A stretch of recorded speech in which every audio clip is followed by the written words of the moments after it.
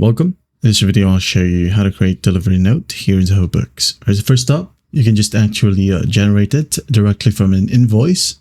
Okay, just go ahead over to sales right here, click on invoices, and just click on the plus sign or new invoice right here. Now, when you go ahead and scroll all the way down, okay, you have the customer notes in this section and will be displayed on the invoice itself. Now, when you go ahead over to sales orders, okay, you have that option as well right here.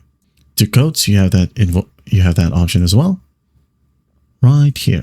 All right, let's go ahead over to invoices, new invoice right here. Let me just go ahead and fill in these required fields. Okay, add in your customer notes, click on just drop down.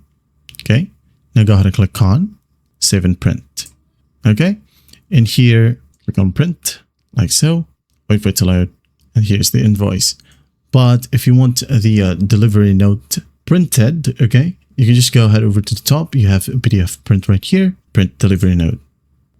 There you go. That is it. That is how you create delivery note here in Zoho Books. Just click on print, save it, or send it wherever you want, and you're good to go.